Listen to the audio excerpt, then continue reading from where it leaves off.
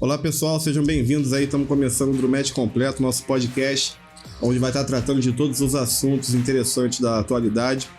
E queria dar primeiro aqui um salve para os nossos integrantes, mandar um salve aqui para o nosso amigo Vinícius Amaral, um salve aí pro Bruno Carlos, boa noite, e pro rapaz que comanda essa bagaça aí toda do bastidor, nosso grande amigo Clovinho.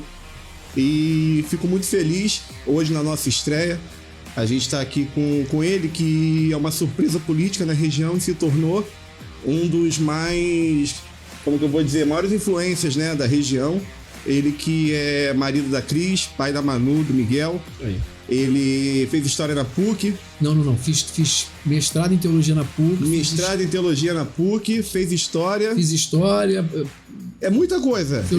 E fez pós-administração pública. Ele vai contar um pouquinho melhor pra vocês. Ele vai estar contando um pouquinho melhor, que é muita coisa aqui. Além de ser músico, cristão. Hoje eu tô aqui, seja bem-vindo com o prefeito Glauco Kaiser. Boa noite, Baltar. Boa noite, Vinícius. Boa noite, Bruno. Um prazer estar aqui com vocês. Tá? Eu queria aproveitar o momento aqui e já dar um mimo pra você. Tá tomando a sua água. Já Sua canequinha aqui especial do Drumete Completo. Obrigado. Tá? Ih, ainda vem com... tem um negocinho. E aí eu vou aproveitar enquanto o nosso prefeito tá aqui abrindo o nosso brinde para falar um pouquinho do nosso parceiro do Boteco Resenhando, que ele tá sempre lá com um ótimo ambiente, bebida gelada, barata, os petiscos são maravilhosos, tem bolinho de rabada, costela, feijoada, pastel de camarão, até para quem não gosta de tomar uma cerveja, comprar um petisco lá pra ver uma Netflix, assistir um Faustão, entendeu? Não sei nem se passa mais Podia Faustão. Podia deixar pra falar do Resenhando no final, que a gente fica agora o programa todinho pensando nesse bolinho de Eu feijoada. queria um bolinho. Ô, Macarrão, manda um bolinho pra mim, Macarrão. Todo respeito. Tô com saudade do teu bolinho. Bolinho de rabada. Meu Deus Então, do céu. prefeito, vamos começar aqui a brincadeira. Eu até comentei com o senhor sobre o tempo que eu fiquei afastado da cidade. Para mim é muito legal hoje estar conversando diretamente aqui. E eu queria que você falasse um pouco do Glauco Kaiser munícipe a prefeito. Essa caminhada, você comentou um pouco aqui, eu até brinquei com você sobre o Brasil que eu quero, que você gravou. Verdade. Fala um pouco sobre a sua trajetória pra gente. Acho que a primeira coisa que é importante ser dita é assim, isso não foi planejado. Sim. Para quem conhece a política há muito tempo na cidade, sabe que eu não sou e nem vim de quadros políticos.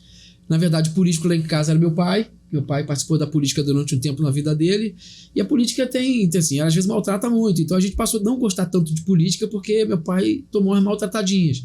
E aí, quer dizer, ele tinha um envolvimento na política e a gente, a nossa vida, cada filho tocando a sua vida e sem envolvimento direto.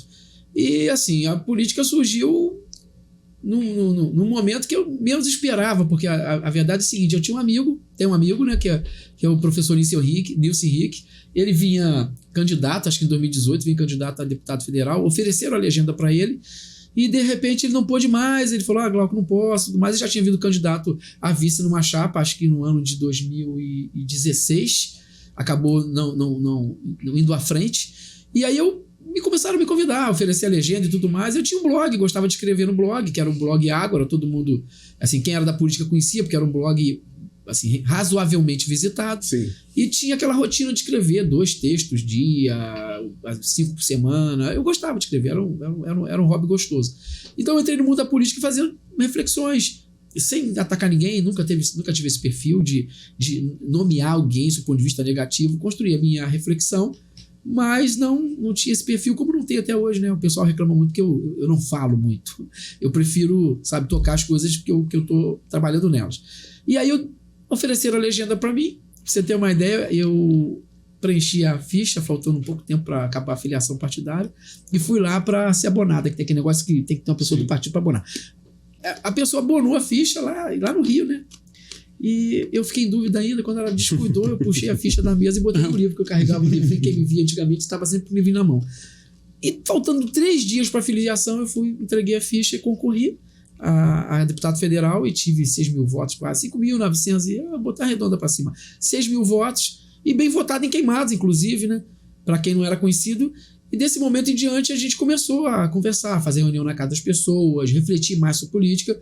E de repente a gente veio sim candidato a prefeito em 2020, o partido surgiu no apagar das luzes. A gente montou a nominata e o pessoal perguntando muito, e a nominata, já tá tudo... e o partido tá certo? Eu falei, não, tá tudo certo. Não tinha nada certo, porque... Tem que manter a pose a ali. política, né, é igual nuvem, né? Já dizia o pensador. A política é igual nuvem. Ela tá ali num determinado momento, daqui a pouco o vento sopra e leva embora. E nessa caminhada de 2020,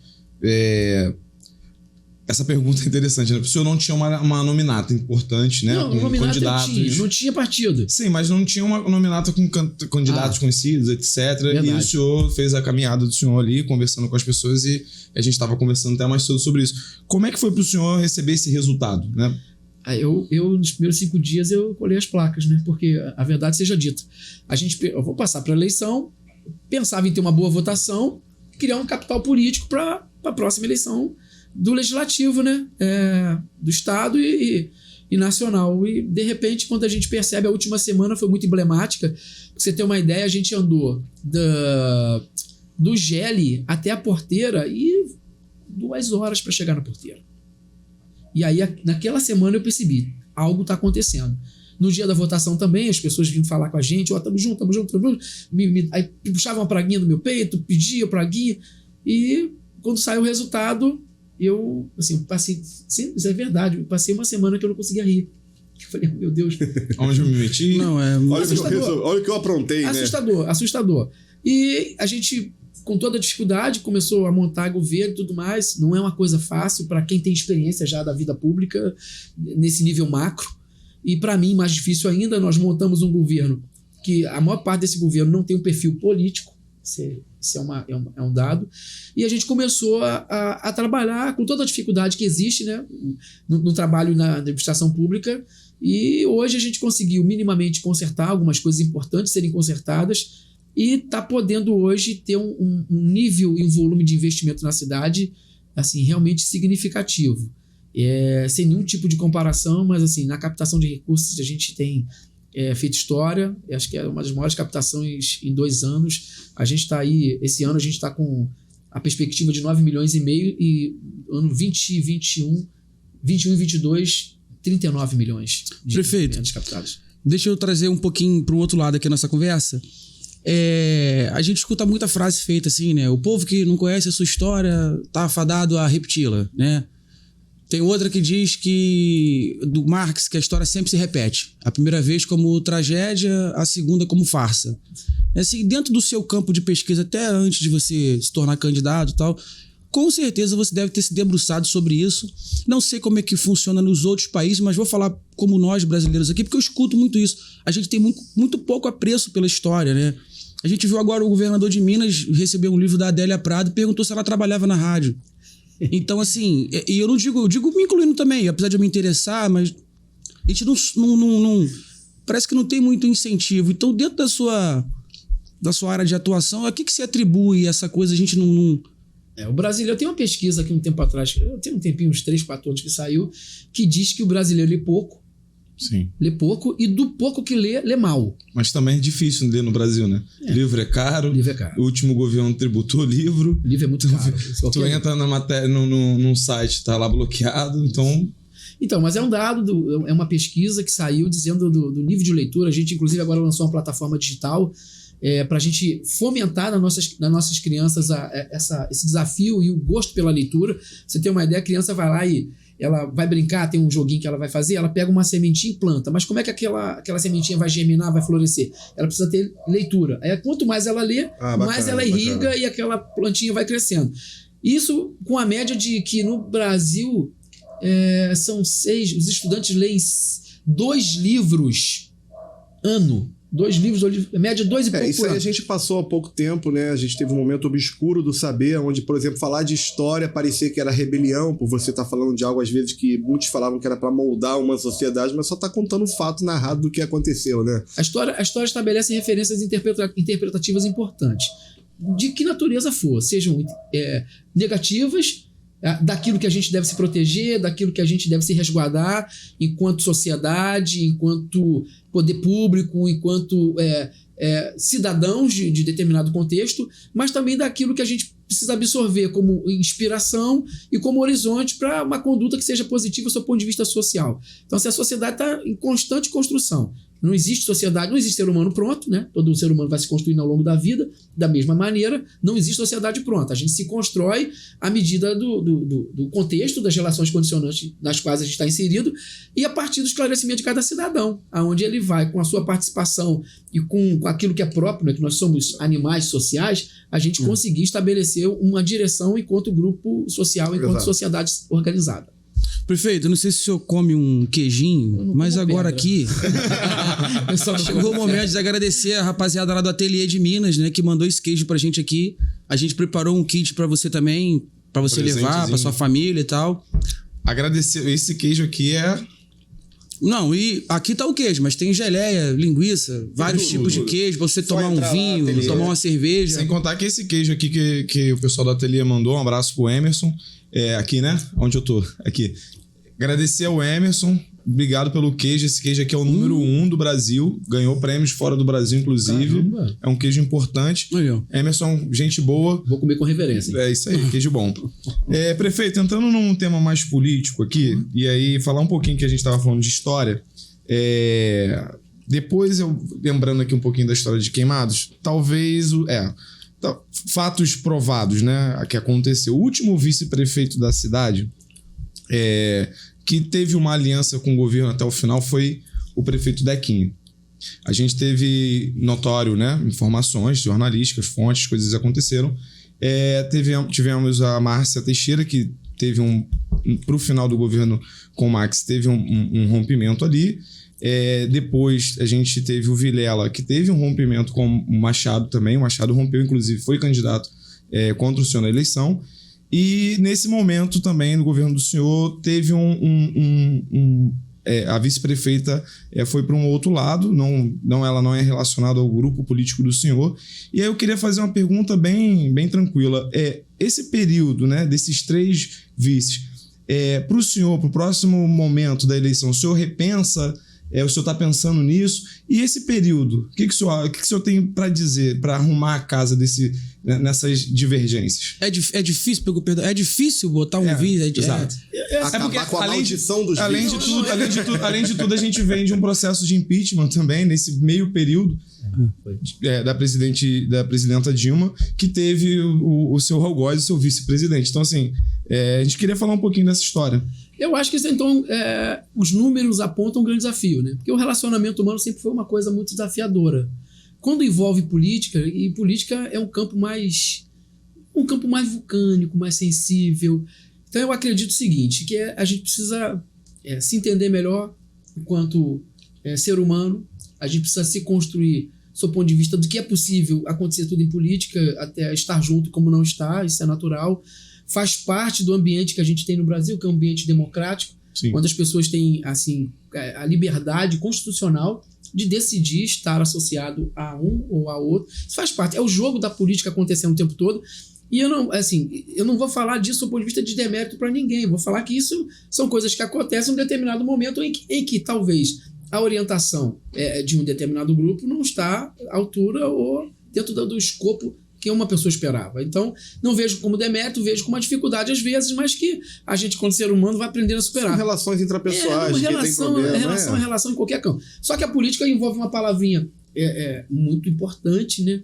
Que a palavra é poder, né? A política envolve poder, isso aí não pode deixar de ser mencionado. Poder enquanto possibilidade, poder enquanto realização, e é uma palavra muito do seu ponto de vista de qualquer direção que a gente queira tomar com ela. Então, assim, positivamente, eu acho que a política permite muita coisa, com toda a dificuldade que ela organiza enquanto processo burocrático. Ela é cíclica, né? E é cíclica. E não, estar junto e não estar devia ser natural. Não é, às vezes, confortável, mas é uma porque é coisa algo público também, né, prefeito? E não acontece num lugar determinado. Assim, Queimados não tem esse privilégio, não. Isso acontece em tudo que é lugar. Eu conheço vários amigos que eram sócios e romperam e continuaram amigos e não sai no jornal. Mas aí é vida pública, você rompe com a pessoa e pum, bomba, mídia e tudo mais. Porque nesse caso, como eu coloquei ponto histórico, né? Porque a cidade tem passado por isso. Então, assim, é algo que para se falar, né? Estamos aqui conversando, é importante, porque, assim, cada um escolhe o seu lado, cada um escolhe uma sua estratégia diretriz. a se tomar. Eu acho que é interessante, assim, qual estratégia tomar para acabar com essa, assim, entre aspas, maldição do vice, né? Exato. Porque a gente vem seguindo aí num tempo. E é por isso que eu perguntei se era difícil escolher o vice, porque assim, na sua cabeça, né, você teve um critério para escolher. A minha pergunta era mais essa, até o critério, né? Porque O critério, na verdade, foi uma questão de grupo. A gente, naquele momento, não tinha uma relação. Não, eu digo se o senhor reavalia, de repente, repensar em outros. Talvez você tenha escolhido ela pelos fatores A, B e C. De repente, seu próximo vice, você vai dar atenção mais pro C, D e E. Eu digo nesse sentido, entendeu? Eu te confesso que eu não tenho pensado nisso no momento. Eu sei que vai ter um determinado momento que eu vou ter que sentar pra gente fazer essa conta, que é uma conta importante, inclusive pra política em si. Exato. E tem uma outra coisa, não sei se o senhor concorda, tem uma discussão até sobre a existência do vice, né? Tem lugar que não tem vice. Se o prefeito... Ficar vacância, né? Não, se ele precisar viajar ou fazer alguma coisa, o presidente da Câmara assume, ou se caso ele morrer ou sofrer alguma coisa, Rapaz. o cara entra, chama uma outra eleição. Pelo amor de Deus. Inclusive, o nosso vice, se acontecer isso nos primeiros 2 anos, ele tem, inclusive, que chamar outra, né? Outra eleição. Tem essa Outra questão eleição, toda. claro, Então, assim... Podia ter até um meio termo, né? Porque se você pensar que cada prefeitura tem um vice, são mais 5.400 e poucos vices, né? Cada Então, governador. 1.570 e 5.570. Eu tô perguntando porque eu já ouvi isso Cada aí. ano que passa vai crescendo mais um. Alguém vai dar daqui a pouco... Queria prova aproveitar mais um. aqui também agora para dar uma interrompida para falar de um parceiro nosso, que é o Descobrindo Inglês. É um curso de um queimadense amigo nosso, Legal. que saiu de Queimados, hoje mora em Curitiba, criou seu próprio curso, né? Isso é bacana, ver assim nossos conterrâneos buscando e tendo sucesso. E é um curso muito bacana, Glauco. É um curso que você, que tem a vida corrida, por exemplo, pode marcar uma vez por semana. O professor vai lidar contigo o que você gosta de fazer. Então ele vai passar para você o inglês através da música, dos livros que você lê, entendeu? E a gente vai estar colocando aí para todo mundo que está assistindo a gente o QR Code na tela. Todo mundo que está ouvindo a gente, assistindo, vai estar ganhando 10% de desconto aí na matrícula do curso. É só entrar com a câmerazinha lá e Só apertar entrar no link. com a câmerazinha aí no QR Code vai estar ganhando. Você também tem essa promoção pra ti também. Se você quiser estar começando, a gente já faz um link Já direto fala- lá já com fala o um pouquinho de dono, inglês? entendeu? Cara, eu te confesso que eu fiz instrumental pra fazer... Escrever o abstract, fazer... Pra cursar o mestrado. pós, pra mestrado. Depois, nunca mais... Ó, então frequentei. só se eu quando Tem que aprender tudo de novo. só clicar lá no Uma horinha programa. na semana, tranquilo, o professor vai fazer o que você mais gosta ali pra te ensinar o inglês. Quando ver, você vai estar já falando. É só acessar o Descobrindo Inglês aí, Pô, gente. legal demais. E aí, aproveitando, ô Glauco, a dinâmica do nosso programa de falar um pouco da gente também, um pouco da vida pessoal, da vivência, da criação. Conta pra gente o que foi o Glauco criança, o Glauco adolescente em Queimados. Fala um pouco assim, se você pulou o muro da escola, você roubou manga. Cara, Você tem cara que roubou manga. Glauco pré-cristiano. Eu vejo que você assim tem um espírito jovial, tá sempre de all-star. Conta um pouco sobre isso. Fala Então, um pouco dessa parte. Vamos sair um fui uma pouco criança muito do levada. Eu trabalho. fui uma criança muito levada. Dei trabalho pra minha mãe a ponto de minha mãe, quando engravidar e pro segundo filho, as pessoas falaram pra mim assim: como é que você teve coragem de ter outro filho? Eu era muito levado. Eu morava aqui do lado da nossa igreja. Eu sou da Igreja Batista Central de Queimados. Há 38 anos da minha vida, cheguei ali com 10 anos. Então, eu morava do lado da igreja e eu pulava do Então muro. você é tão levado que estão te vigiando há 38 anos, né? 38 anos, tô lá.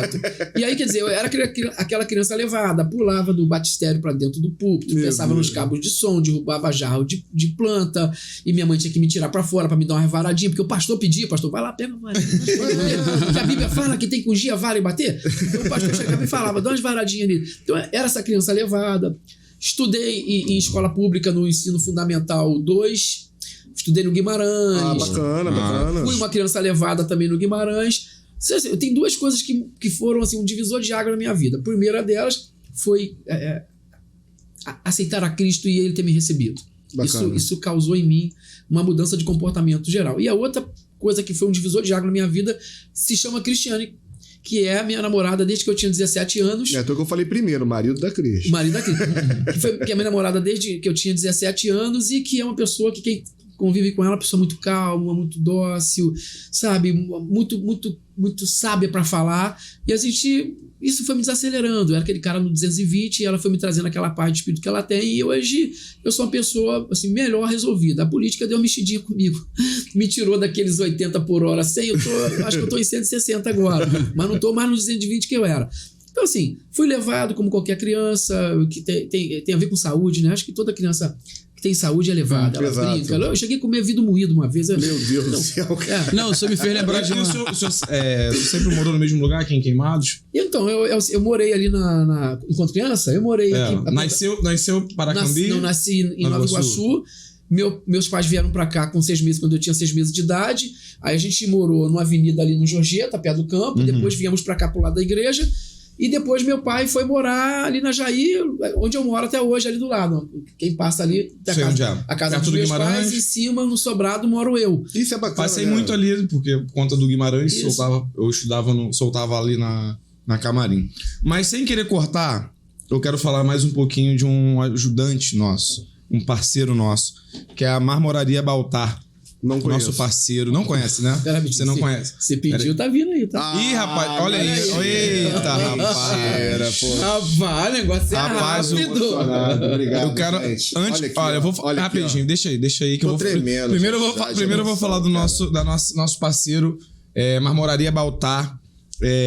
Melhor mármore, melhor corte de Queimados da Baixada do Rio de Janeiro. Tradicional, né, cara? Tradicional. Então, assim, quem quiser fazer um orçamento, participar do empreendimento do nosso amigo Baltar, tirar qualquer dúvida lá sobre o serviço, é só entrar em contato com o número que vai aparecer aí. Nosso amigo Colavinho vai colocar pra gente. É só você entrar em contato e... Ou mandar também o orçamento por e-mail, também vai estar lá aparecendo. Então é só você clicar aí no e-mail aí e vai fazer o orçamento com a nossa turma, que é Marmoraria Baltar. Atrapalhando o momento de mexer. Não, pode falar. Pode falar. Aí aí eu namorei com o Cristiane, nós casamos na Igreja Batista, a gente tá lá até hoje.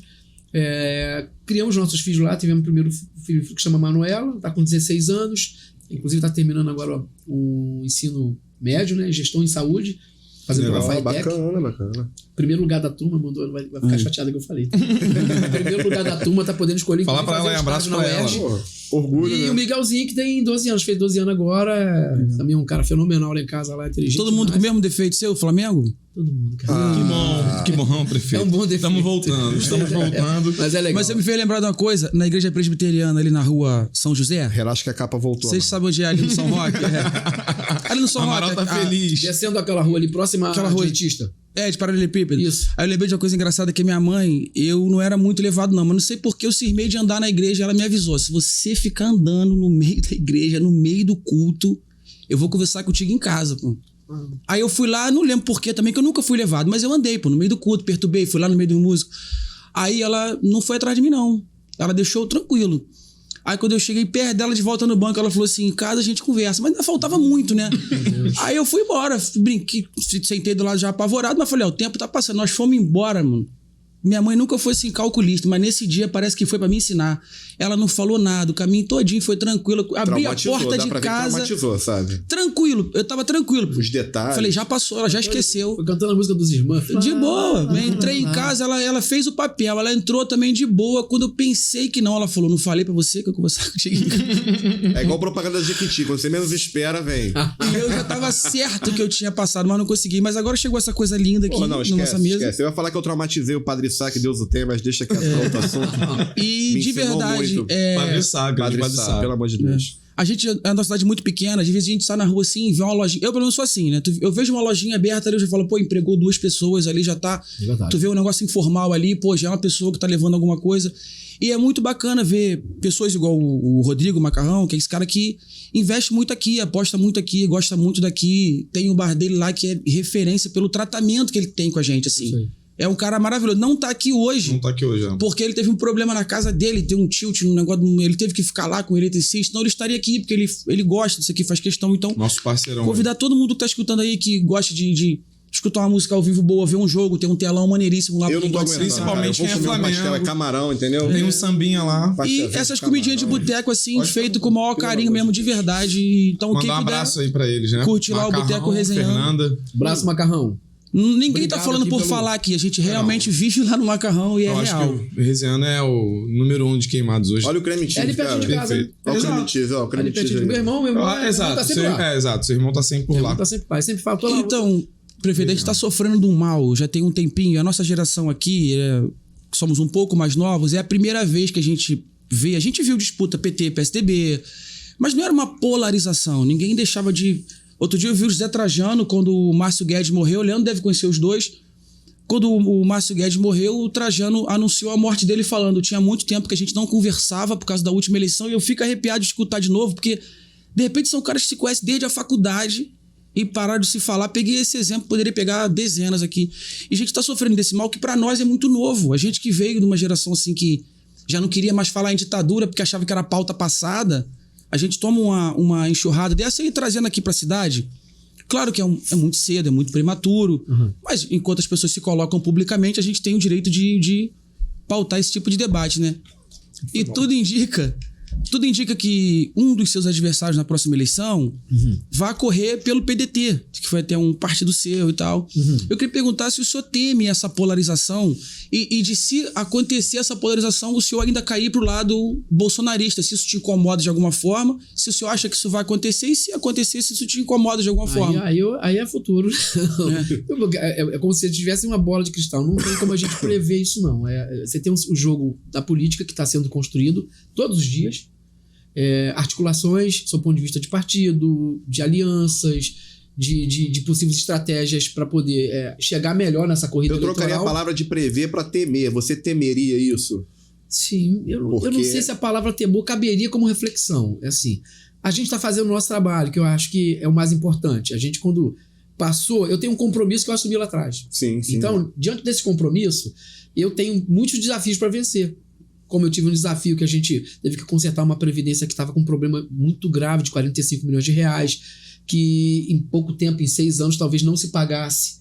E a gente está lá resolvido. A gente capitalizou a previdência em 33 milhões, parcelamos 12 milhões e a gente paga rigorosamente em dia, porque a gente agora tira a CRP depois de muito tempo. A gente passou a tirar a CRP novamente, para quem não sabe, é certificado de regularidade previdenciária. A gente consegue tirar. A gente hoje, comecei uma obra da Perobelli, coisa de uma semana. Tem uma semana? Não tem, não sei. Segunda-feira passada, foi isso? Sim. A obra da Perobelli. Eu começo pelos próximos dias a obra do Chanchão, a obra do Nelson Carneiro, a obra do José de Anchieta.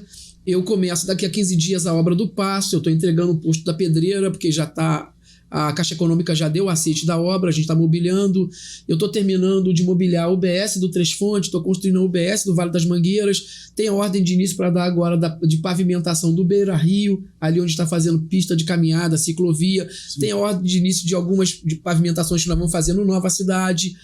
Estou reformando o abrigo ali do Fanchen, que é o abrigo de adolescentes. Sim, mas eu digo pelo seguinte, prefeito... Lançamos hoje o edital para a gente adquirir 100 abrigos de ônibus para nossa cidade. Mas o prefeito, assim... Só para concluir, para poder chegar na pergunta dele. Aí o que acontece?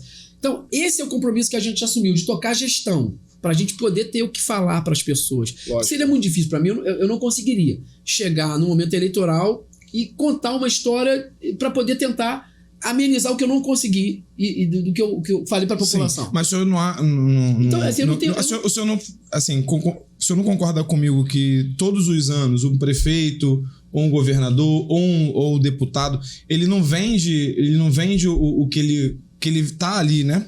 Tá 4 anos ali, o senhor é gestor, o senhor é prefeito, já tem 3 anos e meio. Não, o senhor tá... 2 anos e 3 meses. 2 anos, perdão. Não, porque eles são não tem conta que a gente faz. Calma, deixa eu ser prefeito. Falta 1 ano e meio ainda. Mas o senhor tá mais de 60% da gestão do senhor. Então o senhor tá produzindo coisas, o senhor tá apresentando o seu trabalho. Mas o que a gente tenta tá colocando aqui, né? É porque esse momento do Brasil, a gente acabou de sair de uma eleição polarizada, onde o resultado foi um resultado apertado, mesmo que seja difícil dizer, a cidade também passou por esse processo de polarização. A cidade teve uma eleição. E tem gente que se alimenta dessa polarização e tem gente que tem mais repulsa. A minha ideia era até perguntar isso para você. A gente dizer, assim, ser claro com isso, independente de lados políticos, a polarização não é um acontecimento fortuito. A polarização é uma estratégia. E ela sempre existiu no Brasil. A gente precisa lembrar disso também. Sempre aconteceu no Brasil. O problema é que agora teve uma polarização. E quando ela se foi quis, estimulada. Ela foi uma coisa estimulada. Não, e quando se por quis, vários furou fatores. a polarização para decidir por um novo cenário. A gente tem um momento da vida pública do Brizola que ele foi massacrado. Sim. Claramente, ele foi massacrado para criar uma outra via para poder aproximar o eleitorado ali, criar aquela nova fala, aquela nova voz política, e foi esvaziado naquele momento histórico. Então a polarização nunca foi fortuita. Ela é construída, sabe, com muita racionalidade. O ruim, talvez, do momento histórico que a gente está vivendo é a polarização do seu ponto de vista das relações. Porque antes havia os embates políticos. Sempre houve embate político. Desde que a política se tornou mundializada, se você pegar o Edgar Morin, ele vai falar da mundialização da política, é um fenômeno humano. É porque o problema hoje da polarização, porque na verdade a polarização sempre existiu. Sempre existiu. Só que o problema hoje é quando você polariza, não porque você acredita que o mercado livre ele é melhor ou o mercado regulado pelo Estado é melhor. Hoje você acredita que a ditadura foi boa, a polarização, né, que a gente construiu nesses últimos 4, 6 anos. A ditadura foi boa, a ditadura foi ruim. Não, esse debate já foi superado. Isso já foi superado. A ditadura é um crime que aconteceu no nosso país. Eu não posso ter uma opinião baseada apenas Exatamente. na minha subjetividade, enquanto que a leitura do mundo era outra sobre esse fato histórico. Exatamente. Então, assim, a gente não pode ter... Isso consolidou historicamente. Então, é um debate que não haveria nem necessidade da gente voltar a ele. Exato. Agora, a polarização é ruim quando a gente encarna... Aí eu vou citar um desenho muito antigo que eu via, né? Que era os Mark Bart e os McCoy. Eram duas famílias dos Estados Unidos que tiveram um problema, um brigou com o outro, matou, e as famílias começaram a se digladiar e se matar. A polarização, quando um lado vira o Mark Bart e o outro vira o McCoy, aí, meu irmão, aí sai do campo político, sai do campo das ideias, sai do campo do debate, sai do campo do bom senso, da racionalidade. Exatamente. E vira embate pessoal, vira briga em família, vira briga em igreja, vira briga em bar, e acontece as tragédias que a gente está acostumado a ver, infelizmente, na história recente da política do nosso país. Inclusive tem uma série muito boa sobre essa briga familiar que você citou, né? Eu desconfiei do nome, porque eu vi um Hatfields e McCoys. De repente eles mudaram o nome, né? Pra fazer a série. Pode ter sido Mas outro nome também. sangrento. Eu posso estar enganado. As famílias se matam Mas a série é muito praticamente. boa. Isso é ruim para a política. Isso é ruim para o processo democrático em si, porque ele Pra deixa... sociedade, né? É porque deixa de amadurecer politicamente. A gente, enquanto sociedade, vai passar por muitas nuances políticas. Resumindo, Agora, política não é Fla-Flu, né? A pergunta é a seguinte, prefeito. muito talvez mais longe. essa expressão classifique melhor. A gente não pode tratar a política como sentimento de torcida, sabe? Eu acho que é o seguinte, você vai defender o seu conteúdo programático, os ideais do que você entende que seja política pública, que seja administração pública, mas isso não virar um embate pessoal, nem um embate de guerra e chegar à violência física, que acho que é a pior coisa que a gente pode... Lógico. Tem dois absurdos coletivos no mundo. O primeiro absurdo coletivo do mundo é a fome, porque você tem um mundo que produz 4 vezes mais que a população mundial poderia comer, e ainda assim tem gente passando fome no mundo. Então é um absurdo coletivo. Produz mais pro O boi, outro às absurdo vezes. coletivo é a violência. Porque a gente é espécie humana e no fundo... Isso contemporâneo que você está falando, né? Absurdo coletivo. Não, claro. Aí é a violência, porque a gente, enquanto sociedade, devia buscar caminhos e meios para a gente conseguir coexistir melhor. E a política é talvez o trilho mais seguro dentro de toda a deficiência e dificuldade que ela apresenta para a gente se construir enquanto sociedade, enquanto povo. Com certeza, concordo exatamente. Não, acabou que o senhor respondeu a pergunta que eu fiz no sentido que não era uma pergunta crua assim, se o senhor é um bolsonarista, não era essa a intenção. Não. É porque tem gente que realmente... Eu não vou fomentar a polarização, até porque eu nunca fiz isso. Isso. Eu acho que a polarização ela é ruim porque ela apaga outras vozes que talvez seriam importantes serem ouvidas. É muito mais complexo. Não só, é porque quando eu te ouço, mesmo que a gente não esteja do mesmo lado, tem coisas interessantes que você vai dizer e eu vou poder aproveitar aquilo. Pô, cara, Exato. posso não estar do mesmo lado, mas isso aqui que ele falou é interessante e eu posso incorporar aquilo de alguma forma. Como já foi. Se você voltar 20 anos atrás, você vê que a gente tinha um presidente do Banco Central que era totalmente desalinhado politicamente com o presidente da República, que era o Henrique Meirelles, que não tinha ideia nenhuma do que o Lula representava, e ele representava totalmente outra coisa. Mas, enfim, esse assunto é um assunto Toda polarização é ruim. Exatamente. Não, eu perguntei isso porque a gente vê que tem gente que tem gosto por isso. A pessoa pega aquela narrativa ali que alimenta e ela pega aquilo pra ela. Você tem pautas, assim, acho que seria até interessante eu falar. Você tem pautas que são caras pra mim? Claro que são caras pra mim. Pautas do ponto de vista de abortos, todo mundo sabe que eu sou contra. Sim. Pautas do ponto de vista de liberação de drogas, todo mundo sabe da maconha, que não é da droga, é maconha. Eu tenho meus pontos de vista, e são coisas minhas, entendeu? Agora, isso não me faz muito mais ligado a um lado ou ao outro, entendeu? Eu sou uma pessoa que tento fazer o melhor, do ponto de vista de um cidadão que assumiu o mandato público, que não tem história na política, que não tem uma vivência antiga na política, mas que está tendo a oportunidade de botar algumas de suas ideias em prática, entendendo que a administração pública possibilita muita coisa e que algumas das ideias talvez elas não aconteçam no prazo que eu queria que acontecesse. Mas assim, isso é bom ficar claro. E prefeito, direita e esquerda hoje, já tô até me alongando um pouquinho, estamos estourando já quase tempo. Direita e esquerda não define nada hoje em dia mais. É muito porque a gente vê às vezes democracias um pouco mais, vou usar uma palavra aqui até, mas um pouco mais evoluídas que a nossa do ponto de vista do tempo. Isso é um pouco mais maduro. Você tem os trabalhistas, os sociais-democratas, né, os socialistas. E aqui a gente tem muito esse direita e esquerda que não fala mais quase nada, porque um prefeito de direita faz programa de transferência de renda, faz programa habitacional, e o prefeito de esquerda faz um monte de medida econômica que teoricamente não. Eu vou ter que então, citar Tim Maia aqui, né? Eu vou ter que citar Tim Maia. Liberalismo econômico. É um problema. Liberal, o Dória voltou atrás. O Dória voltou atrás. Exatamente. O Dória depois de ser prefeito, ele voltou atrás. Eu sou fã de uma pessoa, eu sou fã de um cara que se chama Reinaldo Azevedo. Ele foi o cara que inventou o codinome Petralha, bateu no PT o tempo todo, etc. E hoje não, desde quando ele viu que a farsa da Lava Jato em 2016 por ali, ele já começou, 3 meses depois da Lava Jato, ele já foi pra cima da Lava Jato. E hoje é uma pessoa que a esquerda tem se referenciado porque é um cara de direita. É um cara que fala pro mercado, é um cara que é do mercado e racionalmente tem feito debates pro lado da esquerda, tanto no programa dele quanto na rádio. E é um viés que o Amaral falou, você ser de esquerda é você ter pensamentos, o que você acha enquanto sociedade, enquanto ser humano. É a mesma coisa o cara de direita, eu sou conservador, sou defensor da família, de um direito, de um Estado não tão forte. Até se resumir nisso é complicado. Exatamente.